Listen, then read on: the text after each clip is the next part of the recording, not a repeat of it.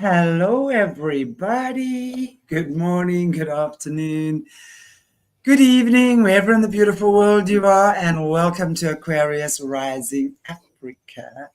And really delighted to have back with me again Alice Pirola and, of course, Joe Hubby. But before we go ahead with you guys, I just want to give a shout out to today's sponsor, again, who is Spooky 2, the creators of Home Rife machines, frequency medicine, as I always call it. Really amazing little gadgets, if you want to call it that, home healing, frequency healing. So I always rave about these little machines. I mean, my mom uses one and they work like I don't want to say a bomb. let's not test fate yet, but they really work amazingly well. So again, thank you so much to Spooky 2. And they're really an amazing bunch of people to work with, very helpful.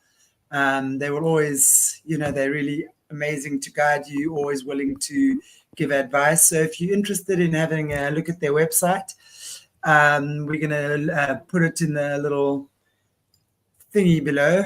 thingy.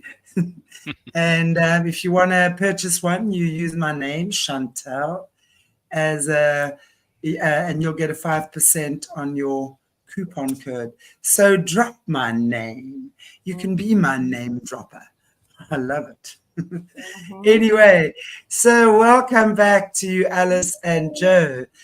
And yeah, we've been missing you guys because I know, Alice, you've had some challenges with your changing your medication recently, so you haven't been feeling that great.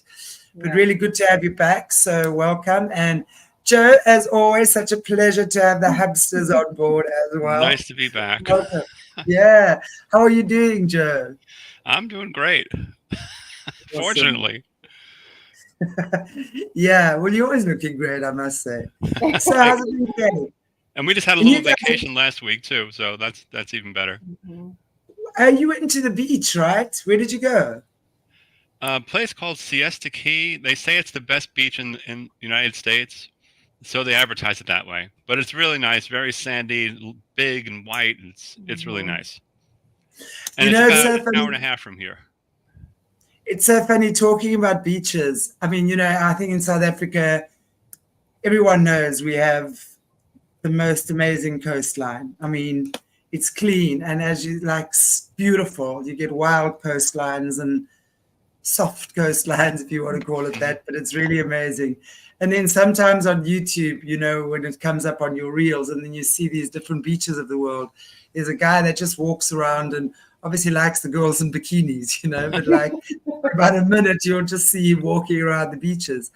But there's beaches in Turkey. I mean, firstly, people are squashed together like sardines. I mean, it's like there's not a meter between people, and it's pebbles. The entire beach is pebbles. It's not even, I'm like, that's not a beach. Come here, we have some of those too, Shanti. We have some of those in Clearwater Beach in Florida is like that. So, well, I'm sure you'll find them occasionally, as well. But they're not exactly celebrated as great big family beaches, you know what I mean? We have got cool beaches. I got to say, we've got awesome beaches. Yeah, where we came from in Long Island, New York, the North Shore of Long Island is Long Island Sound, and it's very rocky. And the South Shore is the Atlantic Ocean. So everybody goes to the South Shore. But I used to live near the North Shore, and everything was rocky. You'd always have to wear some kind of shoes because it's just rocks and everything all over the place. Yeah. Well, it's beautiful. I mean, it's enjoyable anyway, but I just can't imagine when I see all those sardines squashed up on that beach. I'm like, you're not going to find me there. you ride your, what do you call that thing? That unicycle or? Yes, the wheelie. Yeah, on the beach as well, yeah. And on our beaches, on a bad day, there's like 6 people. Then I'm like annoyed. It's like, why are you people here? Anyway, great to have you guys back. So Alice, tell us about your little recent escapades with your medication. I mean, and I think it's so important to talk about this because, my new neighbor has a dog. And as you can hear, this dog gets so excited. So I'll put myself on mute just now. But I just want to say that I know it's such an important part of, I think, everyone's journey, right? Right. Is testing your meds, seeing what works best, how it works together. And you would then therefore obviously go through times where you have to make changes, right? And that can be a challenge. Yeah. Well, for those that have not met us, we've been married for 37 years. Yay. And, really?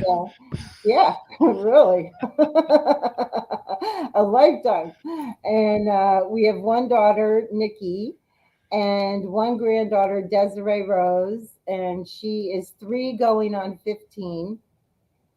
So we have our little family unit, and Nikki is married to Ross, and we work very closely together because I have been suffering with mental health issues since I was a child, a trauma child. And I actually started with antidepressants. Oh goodness, they put me on Prozac way back when. That was all they used to do back then, was diagnose you with depression and put you on Prozac, and that was pretty much it. And since that time, it took until I was 43 to be properly diagnosed with my health issues.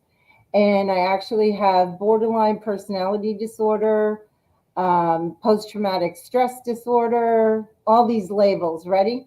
Obsessive compulsive disorder, panic anxiety disorder, and the 5th one is, treatment-resistant depression.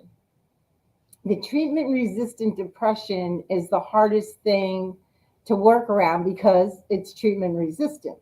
So the antidepressant that I had been using, which I've been on for about 6 or 7 years now, it kind of shuts down and it stops working. You can increase the dosage, but it gets to a point where it's like, this is not working anymore. So what are you going to do?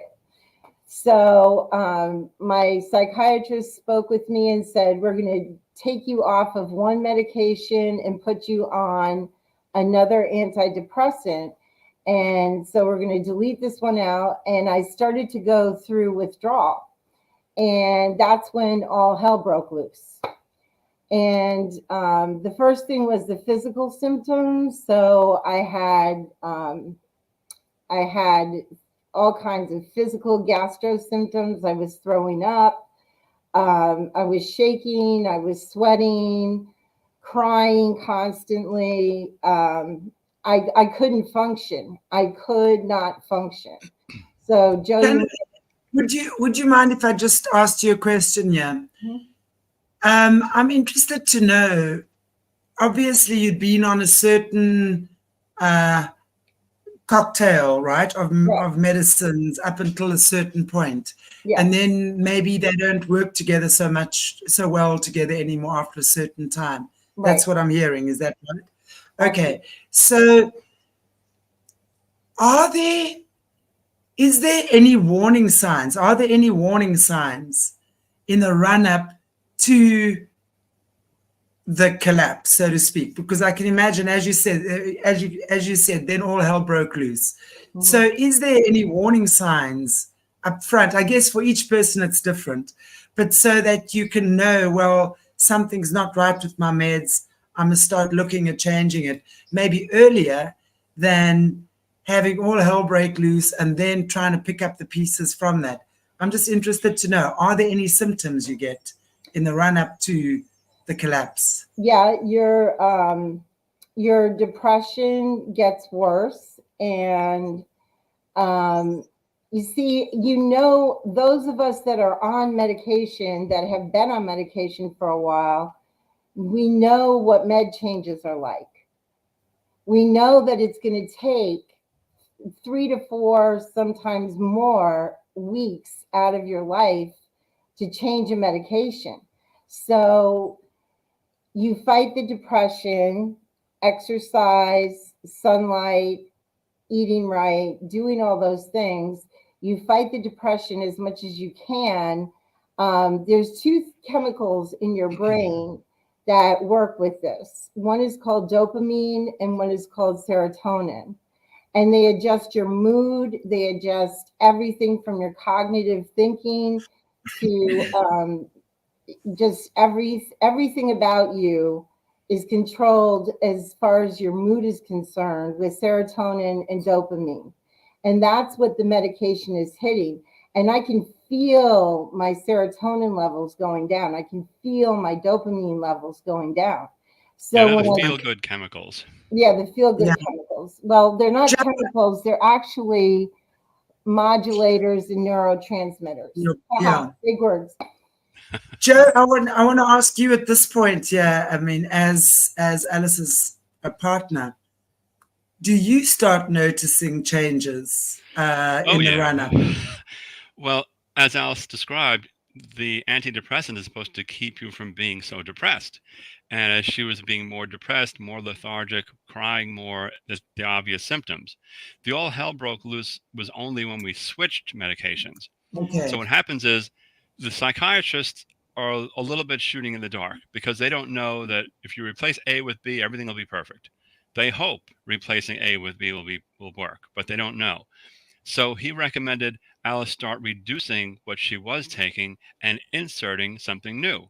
And as she decreased what she was taking and inserted something new, it just balanced out. There'd be perfect transition. This is what he sold to us anyway. Not that it's his fault. They just don't know. So what happened was, as Alice started decreasing the one she was taking and adding in the other one, that's when all hell broke loose with the extreme crying, agitation, vomiting. And then we didn't know, is it because of the new one or is it withdrawal from the old one? So then we start playing chemist by ourselves because we call the doctor and he says, well, stop the new one. And we think, well, we don't know if the new one's working or not. So we stop the new one for a little bit and we see she's still bad. So then I was worse. Then we put back the original one and she levels out. So we say, okay, let's leave the original and add the new one. And that works. Mm-hmm. So we left the original, added the new one, but now she's on double medication. But it has helped. So now we have to work on a smoother, what they call titration method. She was taking 2 pills initially, and he said drop to 1 for a week and then drop to 0. That was devastating. Then we tried dropping just to a half of a pill. So instead of taking 2 pills, she'd take 1.5. That didn't work.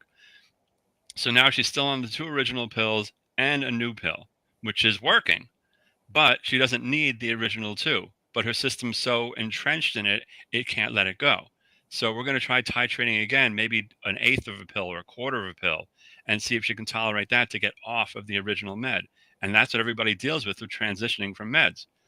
Depends how much your body is clinging to the old med that it won't let it go with the withdrawal symptoms. So that's where the hell comes in.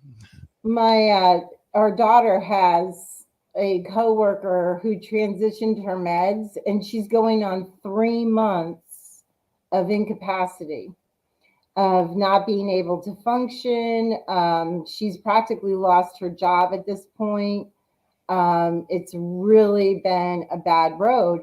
And the thing that Joe and I do that maybe other people don't do, which is going to sound contrary, is we don't always listen to the doctor. I feel what's happening. You can literally feel in your brain what's going on with the increase of the dopamine, the serotonin. You could feel it happening. So as that is happening, we make adjustments, Joe and I, we discuss it, and he comes up with something, I come up with something, and we kind of go against what the doctor says, and then we go into the psychiatrist and we tell him we fixed it. So, now not many people should do that unless you know your body well enough to be able to adjust like that. Yeah, because the psychiatrist kind of panicked and said, well, okay, then just go back to normal. And we said, we're halfway here. We don't know what caused the problem. And so we figured out ourselves it was withdrawal. It wasn't the new drug. The new drug actually is helping. It's very interesting what you're saying then. You don't really listen to the doctor, you kind of figure it out yourself. Well, I think you listen to the doctor in terms of his medical expertise, but really at the end of the day, you have to use your own intuition. Yep. Because, and I think that is essential, what you're saying is like, Joe knows you very well, probably better than anyone else does, right? So we pick up on every nuance from you. You obviously know the meds and stuff that you're working with as well. So, you know when it's, and you get to know. So I really think at the end of the day, it is a game of trial and error, unfortunately. There is no one pill fits, or one size fits all, or one pill works for all, right? It's really just a process of trial and error. And I think the key phrase is trust your own intuition, because you have to know if something is not right, that something needs to change. I really think that's golden. What you have said to be there. a little bit of a scientist also, which fortunately I'm a computer guy, a detailed guy. I remember 10, 15, 20 years ago, Alice was on something that was not working, but you couldn't get off of it. I ended up using a razor blade, shaving off like an eighth of a pill, a quarter of a pill, and over weeks we finally got her off. But just taking the pill away didn't work. Taking half a pill didn't work. And you can only break these pills so much. So I'm using a razor blade, shaving off, saying, okay, here's a little bit less. And over weeks, we did it. But it takes that work sometimes, depending how bad the withdrawal is. And for those people that say, why are you on medication to begin with? That's an interesting question. And in the mental health community, it will always be two sides of the fence as far as arguing to take medication or not take medication. And the thing I want to say is that that is a personal journey. That is not something I would never say to somebody who is not taking meds, well, you should be taking meds, because it's none of my business. They know their body. If their body can handle doing it through homeopathic or exercise or whatever the case is that they feel good about, then let them do that. That is where they're at. But if you need medication, which I do, because I told you all the several things that I suffer from, don't knock that person. Don't medicine shame that person. Can I just ask you, do you feel that people do get medicine shamed? I mean, this is an honest question from me. Hell yeah. Yes. That's a whole topic on its own, isn't it? I mean, everyone who knows me knows I'm not a fan of medicine. I agree. But I absolutely agree that it's essential. I mean, medicine for certain things at certain times, like anesthetic, for example, right? Thank God for anesthetic. That if I needed something, to happen to me, thank God for that. And thank God for surgeons and doctors and stuff like that. Absolutely. I think everything has its place. But I think it's very important that and it's also great that there are medications available for this. And I'm just watching some of the comments here. Liz is saying, as a nurse, psych doctors have told me medication is like a dartboard. And I think that kind of sums up what we were saying as well. Yes. But then I'm also reading Marita's comments here.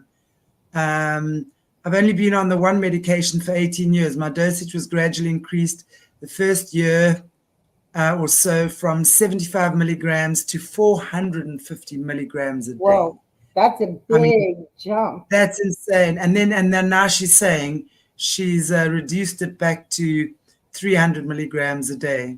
But she's saying, I would like to come off them altogether, but don't know if that will be better or worse. And and still saying that she still gets depressed sometimes. There again, Marita, I would like to say from my point of view, and I've also worked over the years with many people who've been on antidepressants and stuff like that. It really is a personal journey. And I think anyone who's been on medication can attest to that. I mean, I've worked with clients who've said to me, I'm ready to come off medication. And I'm saying, okay, Well, firstly, go and work with your doctor, who will be able to wean you off it. And then we give you something on a more natural basis that's going to support you, your body in a similar but not exactly the same way. So for me, if you're coming off medication, it has to be a weaning process, and it has to be properly guided by someone who's in the know. But it's interesting that you say people are medicine shamed. I mean, I think that could be a whole show on its own right there, right? I mean, tell us. Is Yeah. so much stigma. And, you know, people tell me you don't need medicine, and I do all the other things to the best of my ability. But there's one thing I have that I will tell you, and I'll try not to I'll try not to cry while I talk about it, is suicidal ideation. And when you have suicidal ideation and you get so consumed 24/7 with how do I kill myself? Joe, you want to take over? Well, also just illustrating there are legitimate needs. It's as simple as that. It's not just something that's made up, and some people make it up and some people don't. There are legitimate things that people feel and need to counteract somehow. When natural things like exercise, sunlight, and diet aren't cutting it, sometimes life events hit people harder than others, and some people can deal with it, and some people it breaks them down, and they need something to help fight back. And sorry, Alison, especially in situations such as these. And I can't reiterate enough. I probably sound like a struck record, and maybe I sound like, I don't know, a lecturer or something. But either way, for me, as a healer and as someone who literally on a daily basis works with people with some kind of something going on, right? There is more and more and more of, Alice, your types of situations coming to the fore, where people are much, much more, many more people have been abused and violated on whatever level as children than what we ever have been aware of. Right. And I think we have to realize that as adults now, as the wiser ones, you know, we heading to be the wiser ones of the planet, right? Age-wise type of thing, that we understand this, and that people are given the correct help. And yes, if they need the medication, by all means, let them get it, but let it also be given in a by the doctors in a responsible way. Because here again, I'm just looking at Liz's comment. Also told by a loved one she couldn't cry on Paxil, and told she couldn't even come off it. So yes, I do know there are certain medications like that, and I know about them. I don't know the names of them, that really kill people. You can walk around like a walking zombie. Absolutely. And that's also not the answer. So if, you know, in my opinion, if a medication is having that effect on you, it's not the right one. You want to be able to still be functioning as a person and still have a normal life and not walk around. And I've seen people literally walk around as if they're the walking dead. That's also not the answer. They have no facial affect. They're incapable of showing emotions. Now, most of those medications are in the category of antipsychotics. Antipsychotics are the worst. And then there's also another one that is very, very dangerous. I was on it for a while, and that's one that Joe was shaving down for me to get off. And that's called gabapentin. And they do that because I also have fibromyalgia. So they do that for fibromyalgia and for mental health issues. And gabapentin, I felt like I was, like you said, a zombie. And I knew it. I knew what was going on, and I wanted to get off it. Now, my girlfriend stayed on it. She's been on it for about 8 years now. I don't even recognize her. She's, you know, like she has nothing to show there. There's no one home. Yeah, that's why it's important to do your own research, not just because Alice has been a a mental health advocate for quite some time, and she's met many people who just take the doctor's word. Right. And they say something's still wrong, take the third pill, the fourth pill, the sixth pill, and they keep adding on and make a cocktail that makes the person a zombie because they don't do their own research and don't push back and don't think they're on their own, don't think for themselves. That can happen. So just be careful about listening to doctors 100%. Do your own research, read side effects, read anecdotal evidence from other people who've taken it. That's been important.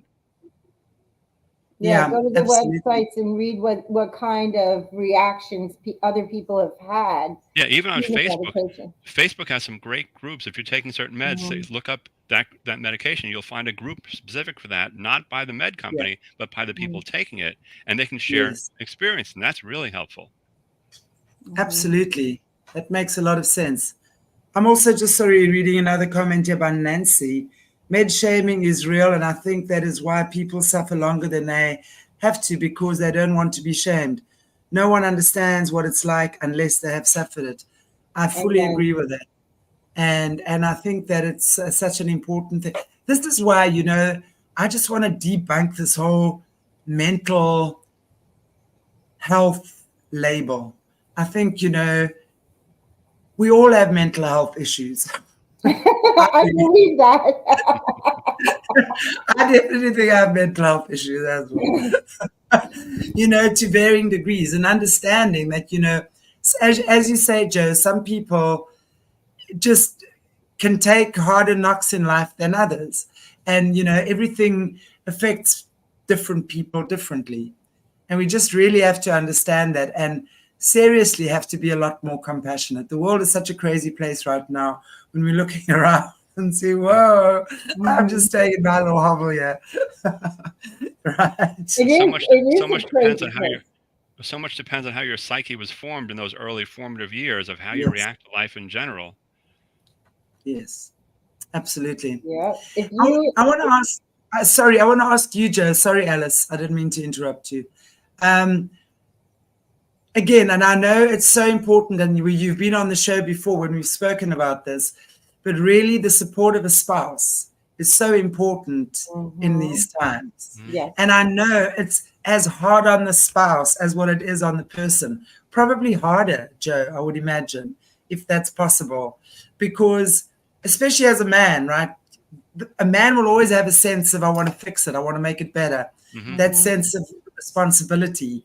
So again, I'm going to ask you, how do you, as a person, as a man, as a partner, deal with Alice's, like what she's recently been through, her changes and the meltdown and the build-up and the calibrating? How do you deal with that? And what's the best way from your experience? The best way? Oh, wow. I guess it's just compassion, just to have compassion and understanding. But we've been married 37 years. I was not always like this. Years ago, I would kick and scream, and yet we'd yell and fight because we'd think she's doing these things deliberately. She's being flighty or mean, or why is she being depressed, ruining our lives? Like, cheer up, everything's fine, without realizing there's underlying causes, without recognizing the ghost in the machine, if you will. There's more going on than just the words coming out of somebody's mouth or their reaction. There's always something deeper behind it. And until you understand that and you take things at face value, you react superficially at face value. And that's where the problems come in. So you have to think deeper what's going on behind the scenes here. And I think I've finally gotten closer to that. Well, we used to fight like cats and dogs, and literally we're almost on the verge of divorce. If it weren't for Nikki, we probably would have divorced at that point. Yeah, I'd imagine a lot of people with mental illness go through lots of relationship upheavals at divorce because one or the other just can't deal with it anymore. Yeah, his family stigmatizes me because I have mental health issues, and literally they don't understand.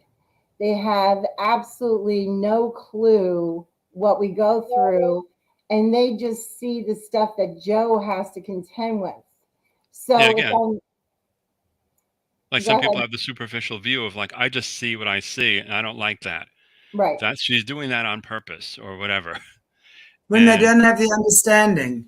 Right. Exactly. When they don't have the understanding and they just see maybe the surface level, as you say, superficial outcome of drama and trauma.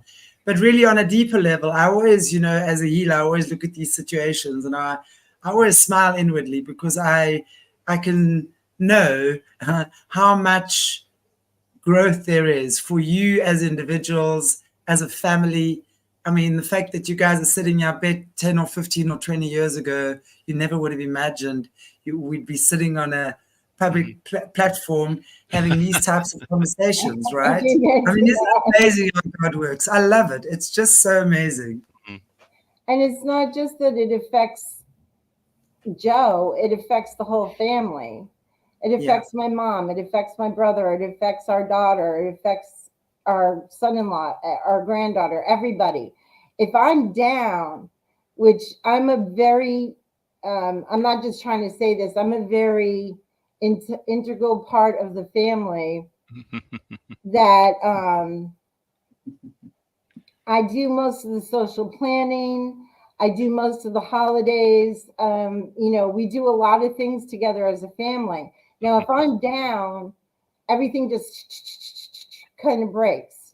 Does that make sense? Absolutely. And so then it takes everybody else out.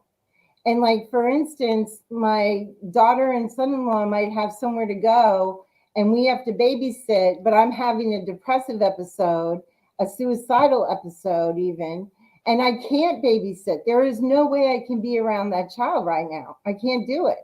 And so Joe doesn't want to leave me alone.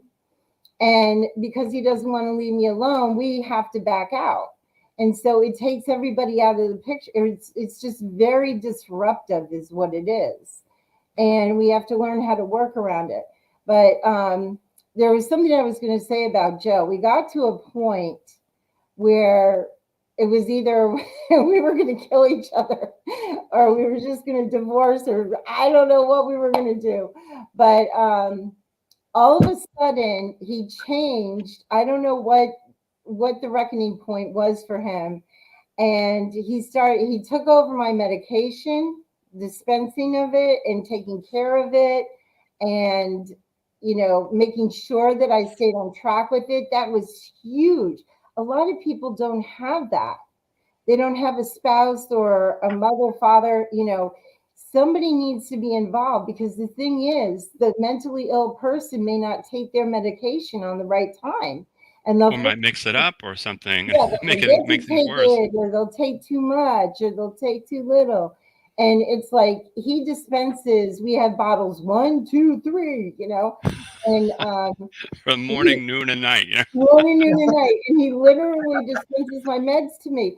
But that also helps with the suicidal ideation, because then I don't have access to the heavy duty meds that could take me out. Because if I had a choice of how to go, that would probably be the way that I would go. So, and I'm talking very frankly here, and I know it's upsetting to some, but you know, it's just the truth. And I know we're going to take a break for your Spooky 2, but when we get back, maybe we could talk a little bit about Sinead O'Connor. Yeah, well, on that case, and on that note, Monet, hit the add button.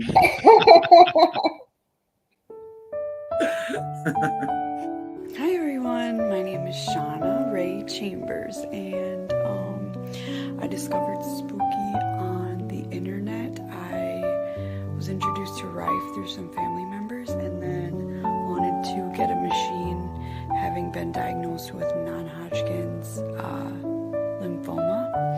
So I found Spooky 2, and I thought it was affordable, so I decided to give it a try. I started out with buying the Generator X Pro startup kit, which was awesome, but then that turned into buying a couple other generators, just regular generators, because the healing benefits were so amazing for not just me, but for my children.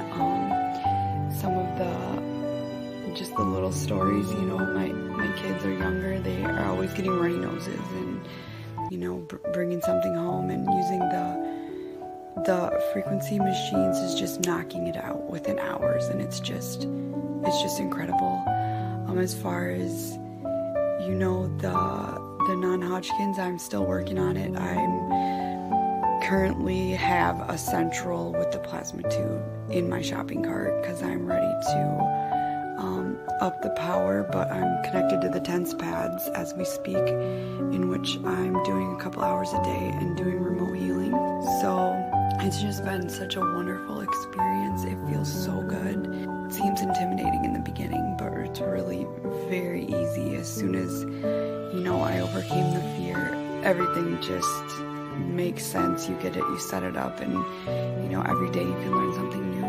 Overcoming the Fear is another program I used to overcome some major fears in my life, which was amazing. Energy to go to work. I mean, every day I'm plugging in a different program, and every day it's just surprising me. It is one of the most amazing things for healing that I've found.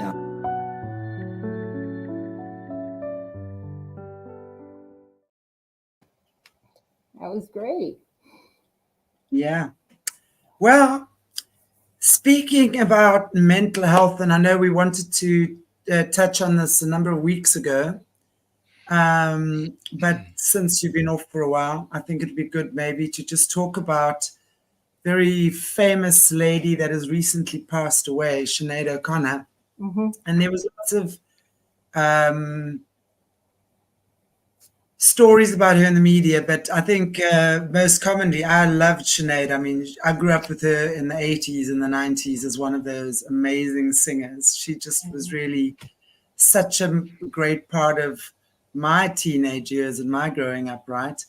And I especially loved when she tore the picture of the Pope up. I'm sorry. To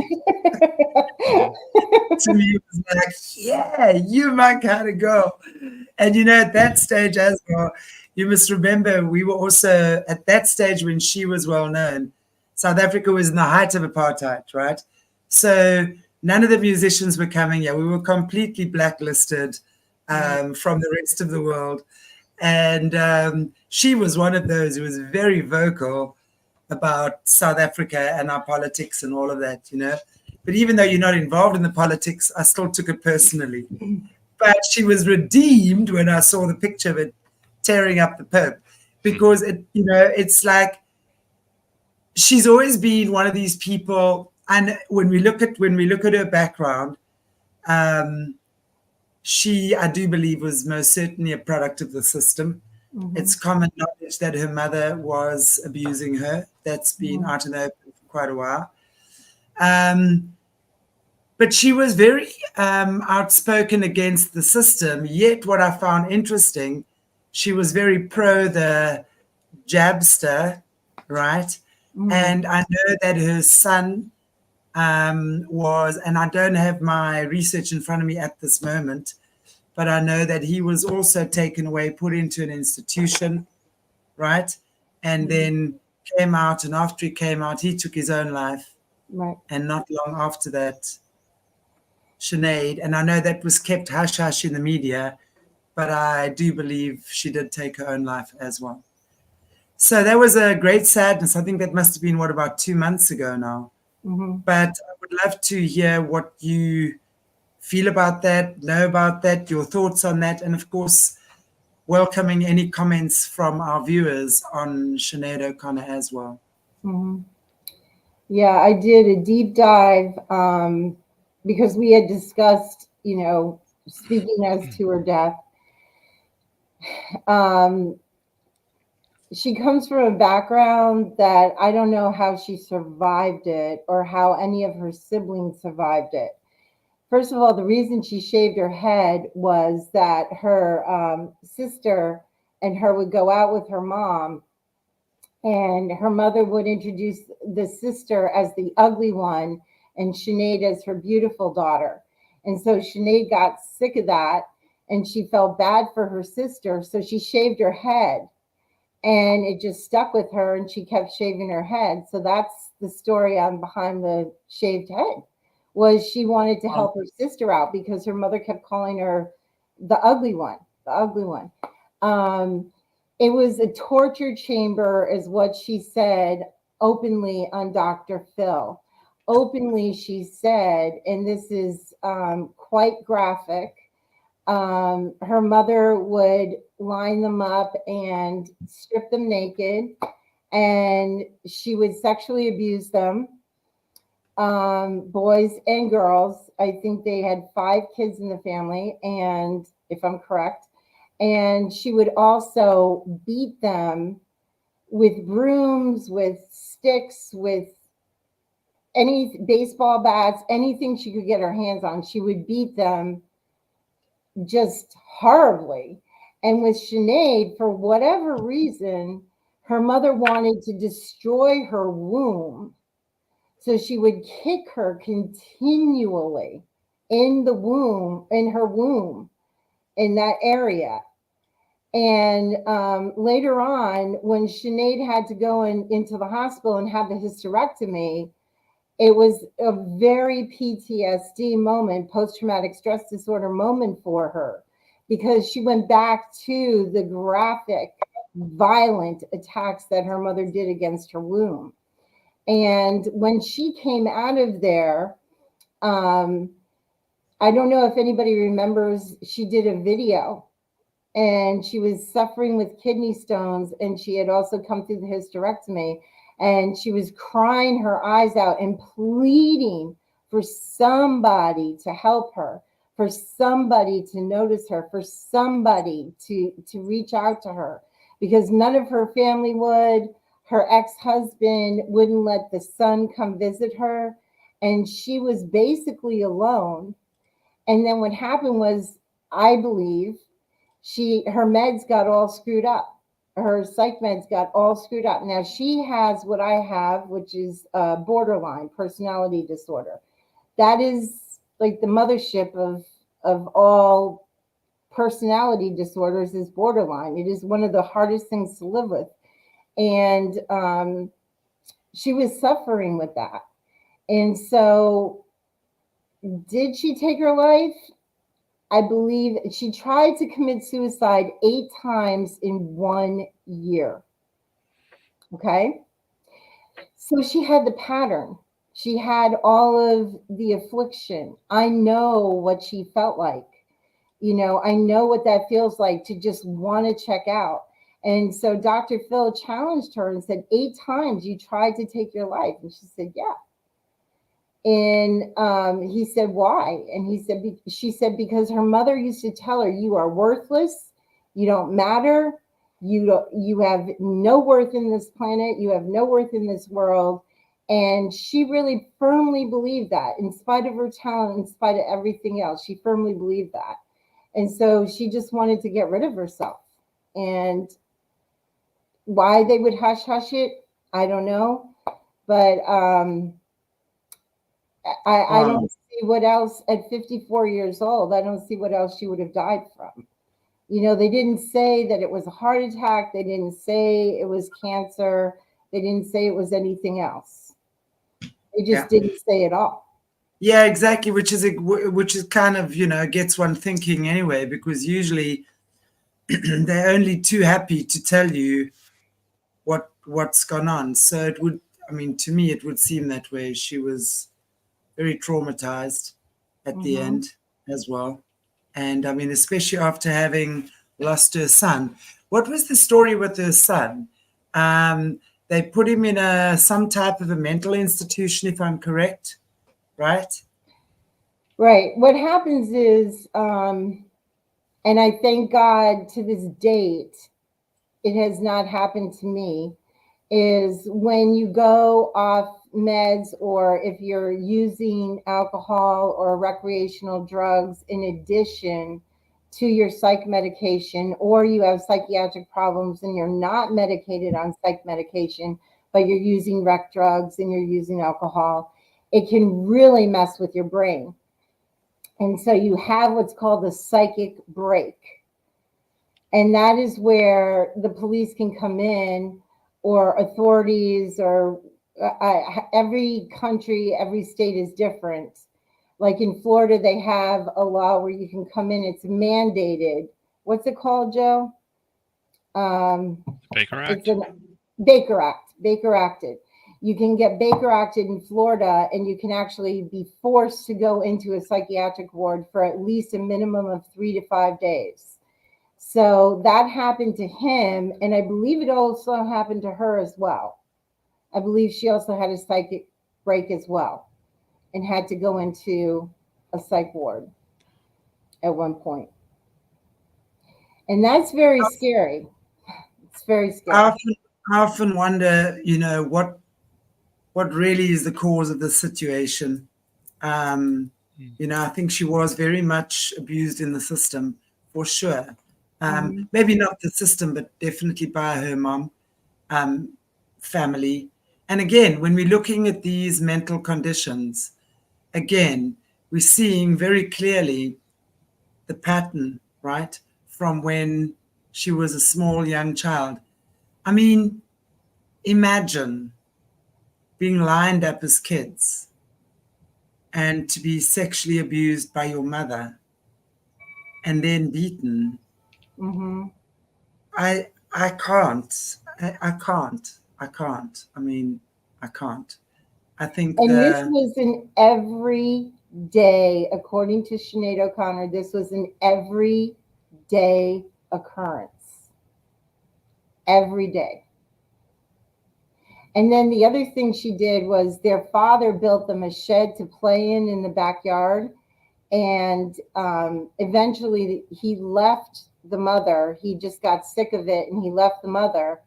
And the mother took the kids and had them live in the shed in the backyard with no electricity, no heat, no nothing, no bathroom, and very little food, no caretaking, nothing. She just left them in that shed.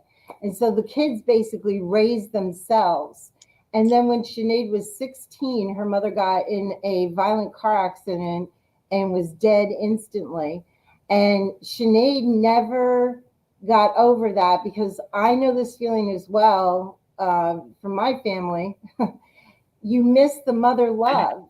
You miss the mother love. You miss the mother that you never really had when you were younger. And I would imagine that even though she might be treating you really badly, she's still there, and you're still getting some type of interaction from her. And it's a fact. I mean, a mother can be burning her child with cigarettes and abusing that child. Worse than anything, that child will still want the mother's love. The child still seeks the mother's love. And unless you've actually really processed that into adult years, right, it always stays. And it's true, you know, when your mother, especially in that way, I would imagine it's probably harder to lose your mom in those ways. You might think, wow, thank God the witch is dead. Or still yearning for what could have been, because I'm sure there must have been kind moments as well. That kind of push-pull between what the mother did. There weren't kind moments per se, but I think they had, the children, most of them, with Stockholm syndrome, where your abuser becomes, you know, it's like you want your abuser to be your friend. Trauma bonding. Yeah, trauma bonding. Exactly. That's the word. Yeah. And she told Dr. Phil, he said, what would you do if you saw your mother right now? And she said, I would wrap my arms around her and I would tell her I love her and I never want to leave her and I never want her to leave me. And I just love her to pieces. And she's the most important thing in my life. Yeah, and I was about to say, but also Marita just come in, you know, when you're looking at the mother, again, I mean, this is just ancestral pain, the way I see it, you know. The mom, which normal mother does that? So I have no doubt that this is something that started with the mother already, with her mom and her family. Exactly. You know, that has just been passed down and left unhealed. The wounds have now been left unhealed. Which is really sad at the end of the day. But it's so good that we get to talk about these things and really bring it out to the open. because Joe can tell you the struggle I've had with my mother. Joe, you want to speak on that a little bit? Yeah, Alice didn't have the typical mother-child relationship growing up because her mother was an alcoholic when she was young, and there wasn't a lot of nurturing. And to this day, Alice yearns for that nurturing mother, which Alice's mother still struggles with. She does a lot better now than she used to, but Alice still misses that upbringing part. I guess you always do. Everybody wants their mom, regardless. And Joe has told me many times, just cut relationship with her, just cut relationship. And well, when things were really bad, now things aren't. Things aren't as bad now because you know what? I've had to live with radical acceptance that is just the way my mother is. It's my choice to have a relationship with her. It's my choice to forgive her. And Sinead forgave her mother. She said, I forgive my mother. I forgave her for everything that she did to me. It's pretty intense. Wow. Pretty intense when you think about it. Very intense. Joe, I'd love to hear more from your side on your mom-in-law, how you dealt with that as well, just as a matter of interest. I mean, when it comes to your family as well, and I don't want to obviously pry too much, but just interested to know, like, your parents or siblings and stuff like that, how have they been with your situation with Alice? And again, Alice, from your side as well, and how has that fed into what's either benefited or sort of hampered your healing journey? Oh, boy. Oh, boy. Well, years ago, I would see Alice often get triggered by having conversations or interactions with her mother and brother. And at that, I would just say, well, just don't have a relationship. If this is the kind of thing that happens, then don't have a relationship. Then I get angry at her because she keeps getting these feelings. And I said, well, you're encouraging them and you're staying there. If you stay there, what do you expect? So she kept at it and endured because that's her only family and didn't want to lose her family. But eventually healing came and things got better. But again, we've been married 37 years. So there are lots of ups and downs. But there are many times I vehemently said, just cut your losses. Like I have a situation, my own dad cut losses with his mother for various reasons before she passed. And I guess it's an Italian way, just cut them off. Yes. But Alice never did that. So things have gotten a lot better. We have a good relationship now, but Alice still gets tweaked once in a while or triggered by something that might be said or something might be done that triggers feelings from her past because of that. And how did it affect with your family, hon? Well, we already went through that. My family still hasn't gotten really used to the differences and mental health issues and things I've decided I can deal with and I'm accepting and it's my decision, which they said, oh, you should have got out a long time ago. You could have done better, that kind of thing. But I wasn't raised that way, which is ironic. My parents were married till my father passed for 60 years, and I wasn't raised that way. Yet they were encouraging me to divorce Alice years ago because things were so bad in head situations. But because I had a child and a wife and a commitment, I decided not to, and we made it through. Wow. Yeah, which is kind of ironic coming from my family who was together all that time. But absolutely. I never wanted to see divorce. And I think that's amazing. I think it's amazing. Sorry, carry on. Divorce can be a little selfish. When it's just two people and no kids or anything, I can see it'd be a lot easier and okay. But once you have a child involved and the child becomes a pawn, the child has to have allegiance to one or the other or visitation separately, it's a hassle all around. So it was better to make it work out, and all three of us are stronger for it. Especially our daughter, who's now been hired for a job where she's a first responder in a church where she'll deal with people coming in with all kinds of issues because she can handle anything. She's amazing. After living with me, she can handle anything. She's good with people. She's good with her child. She's just great. Yeah, she certainly is. And I think that, again, that is such a testament to perseverance, humbling yourself. I think there's a big difference between humbling yourself and humiliating yourself. And I mean, I think that is something that we need to understand, because humbling yourself in this situation is what really, I would observe, got you through this, you know, and not, and Joe, especially for you, you know, when you were dealing with the trauma of Alice and what was happening in your home life, then you have your family on the other side at the same time telling you, get out, whatever.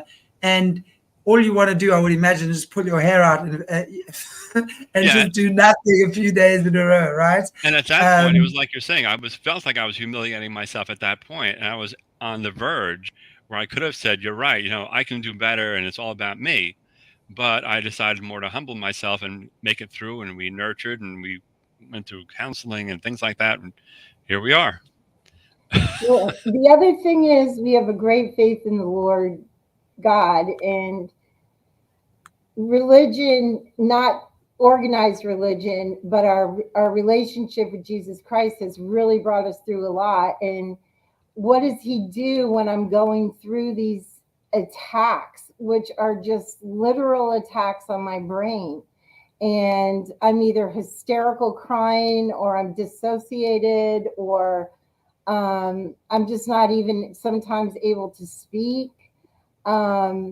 He prays over me. He holds my hand. He gets in and cuddles up with me and holds me really tight, because I'm at that point, I regress back to being a 3-year-old or a 4-year-old when my father was abusing us, or we were going through the trauma in our household. And so my husband Joe finally learned, okay, I have to treat her like a child. Because when she's going through that trauma, she's regressing back to that age. Maybe she's 10, maybe she's 12, whatever. At 12 years old, my parents gave up custody of me to the state of New York, and I became a foster child. And so I have huge abandonment issues. And, you know, he'll even say to me, how old are you right now?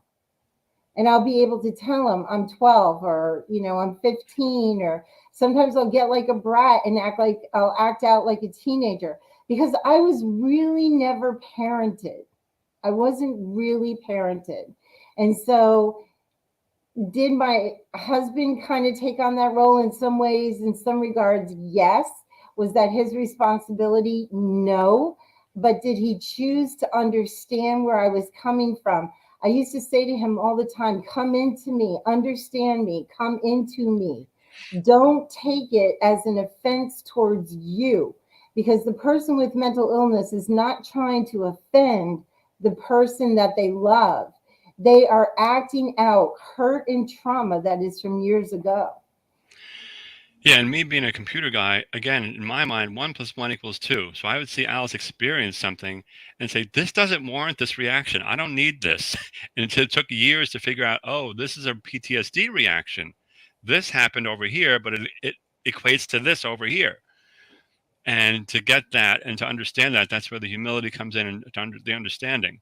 But if you just say, I just did this and she reacts, like I do 1 and she reacts a 10, I can't do this. You know what? I thought that many times until I finally got a clue. Mm-hmm. And that's a big part of it. It was a lot. We can't hear you. Uh-oh. We lost you.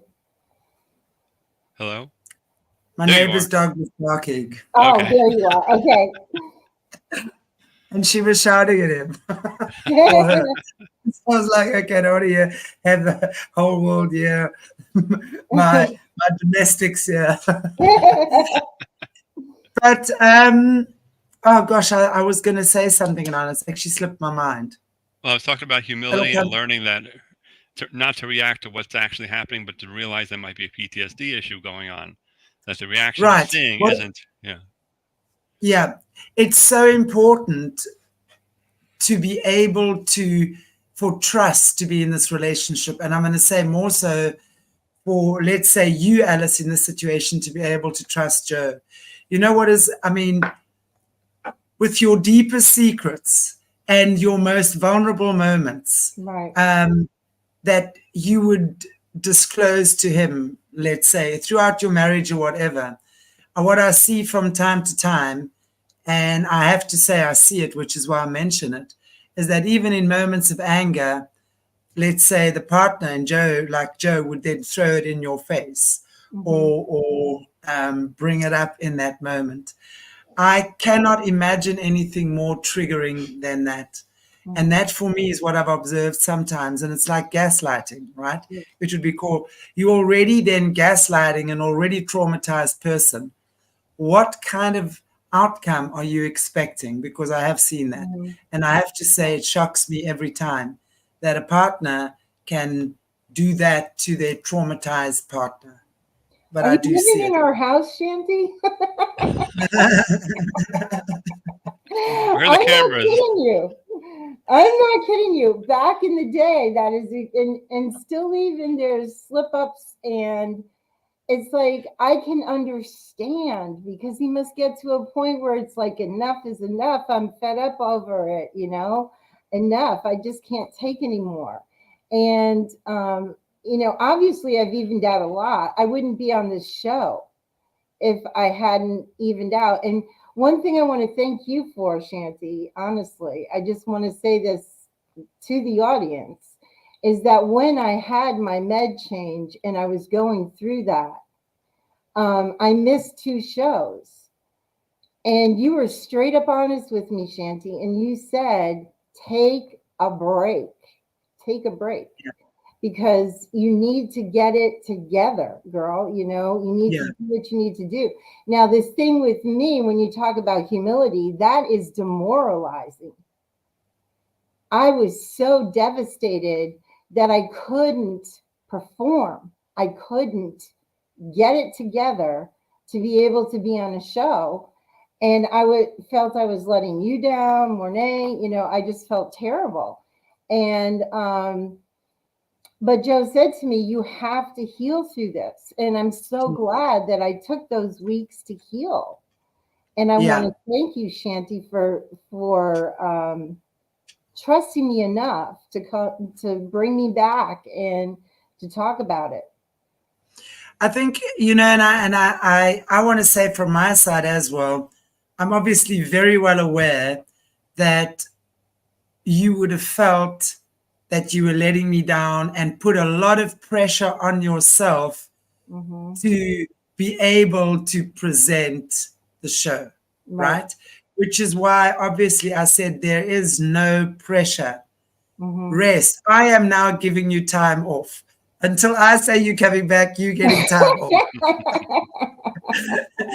But it was truly done in the sense that there's nothing to stress. And I think that is I think open communication with anyone who has triggers, and honest communication and straightforward communication. I find a lot of people with PTSD or triggers like this are actually super psychic. They're super sensitive. They feel what's going on, and they can't always express what they're feeling. They can feel discord, but let's say if I was having discordant feelings, right, and not expressing them, you would have felt it, and you wouldn't have understood what to make of it, right? So that's why I think in these situations, open, gentle, constructive communication is so good. Okay, we've missed 2 shows. I don't want to be canceling at the last minute. You take a break. When you're ready, we're up and running again. Boom. You know, and I couldn't do it. I wanted to do it. I just, my body, I couldn't do it, you know? And I think that's so important for you to realize, and for everyone. I think this is a great example, right? Just to relax, to just chill out, take the time to heal, to readjust. The world is not running away. And that's why I think in situations like this, to communicate with whoever, and for the person that you're dealing with to actually understand that. Which is why I say we're not dealing every day with people who I'm honestly feel so blessed not to have had anything like that happen in my childhood. Yeah, I was triggered in other ways, but certainly not ways like this. So not everyone has that luxury or privilege. And I really, nowadays, I say it is a luxury or a privilege because it is, you know. So you're not dealing with people who are the same as you, come from the same background. Everyone is different. So we have to be aware when we're dealing with people how to be okay, with everyone's situation. Open communication, you nailed it. Open communication is everything. And gentle, open communication, listening, responding back to what the person is feeling. And that goes for me too. I have to respond back to my husband because he goes through a lot of stress. I mean, a lot of stress. So I understand totally. And, our daughter goes through the same thing. And I have to say, it's a miracle to me that we have not had an argument in, I can't remember when. We used to argue all the time, and we haven't had an argument in so long. So it's just a blessing. And I hope this has opened up for some people. Marita is just saying as well. And it's so true, because that's that whole perfectionism thing that we were just talking about. Mm-hmm. Perfectionism is a symptom of the BPD. Feeling like you have to always be the best or perform your best and not wanting to let others down. It's very true. And that's, I think, when we understand that, we can be gentle with people. Mm-hmm. You get that. Because if you don't know what you're dealing with, as you say, it's like, who the hell are you? What the hell? Get back to your part of the globe right now. Anyway, can I say one irrelevant thing? Totally, please do. If anybody wants to hear Sinead O'Connor's maybe last performance, if anybody's heard of the series Outlander on Stars, she sings the seventh season intro song. Yeah, which is kind of neat to hear her voice. Last year, I guess it was recorded. They dedicated the show to her. Let's say that again. Sorry, let me actually, Morna, if you don't mind, just pop it in the chat here. What's it called, Joe? It's called Outlander. It's on the Stars Network, STARZ, and it's the 7th season. So in the 7th season, if anybody's watching that, she sings the intro song for every episode in the 7th season. And she knocks it out of the park. And that's 7th season, of course, 7 being a beautiful, wonderful number as well. Yes, it is. Yes, it is. So we confess we've watched the series. Yeah. Outlander is a great series, by the way. Okay, but we digress. But we digress. Her song, Nothing Compares to You, she dedicated that to her mother. Wow. That's amazing. Yeah. Wow. I mean, we've definitely lost an icon. I mean, she's definitely been one of my all-time favorites, I have to say. She was such a integral part of my, I wouldn't say teenagehood, but sort of early 20s going. She's my age, I think. She might be a year or two difference. Mm-hmm. But I think she's definitely my age, but amazing. She was 54 when she passed. Okay, then she's a teeny tiny little bit younger than me, but still. Mornay's Mornay just posted the intro song in the chat. Oh, great. So there we go. Yeah. I saw what somebody had asked about Peter Pan syndrome. Yeah, Peter Pan programming. What is that? I don't know about that. We're gonna be and I actually did want to mention that earlier, and I'm not sure who put that in the comments now. Somebody had asked. Peter Pan programming is one of the ways that the guys in the cabal, it's one of the programming methods, if you will, that they use on programming the kids, which is that eternal youth type energy. But we're going to be talking about that on one of my other shows coming up. Okay. So we're talking more, but it's one of the ways, one of the programs that the cabal use on the kids. You know, the fairy tales, they're always into these Disney fairy tales. Every Disney fairy tale has got something that's I can't stand Disney. Mm-hmm. Yeah. Oh. Well, we now know what Disney's about, right? Yeah, they have such an agenda. Such an agenda. Sure. Well, anyway, sorry, did you want to say something, Alice? I just wanted to thank you again for being patient with me and loving me through this and just being the woman that you are, because you're amazing. So thank you. Alice, you're always so lovely, and I want to tell the world what Alice gave me. Can you guys see? Wait. It's against my there. Little starfish. It arrived after 7 months, I think. But tell them, why did I give you the starfish? Well, you can tell them that. Okay. There was a man walking the beach, and he was following behind another gentleman who kept picking up starfish that were laying on the beach and throwing them back into the water and throwing them back into the water, just, randomly picking up one and throwing it back. And the guy finally ran up to him and said, "Excuse me, I just have to ask you this. Why are you throwing the starfish back in the water? Because obviously they'll die if they stay on land and don't get back into the ocean." And so the other gentleman said, "Because it makes a difference." And he said, "How does it make a difference?" And he threw another one back into the ocean. He said it made a difference to that one. And Indeed. So what I said to Shanti is that she is making a difference to lives every single show that she does, every single guest that she has on. She is making a difference in throwing those starfish back in the ocean. So I gave her a starfish necklace, but I also put it in a little treasure chest with little starfish with it. A little treasure chest. And you can see. And it has little starfish. Little starfish, yeah. Yeah. Lots of them little crystals. Yes. The whole chest of them. Because you're making So a beautiful. difference. Yes. Yeah. You definitely are. One life at a time, my girl. One life at a time. Oh, Alice, it's just so lovely, I have to tell you. And when it arrived in the mail, you could see everyone had their grimy mitts in there because it lays at customs for I don't know how many, for how long. And I was like, get all the bad shit off here. I can't believe it took 7 months to get there. That's crazy. Oh my goodness. Africa time. Africa time. Thank you so much. You come to Africa, you'll know what we mean when we talk about Africa time. But I've got to say, South Africa is still fine. Wait until you go to Zambia or one of those places.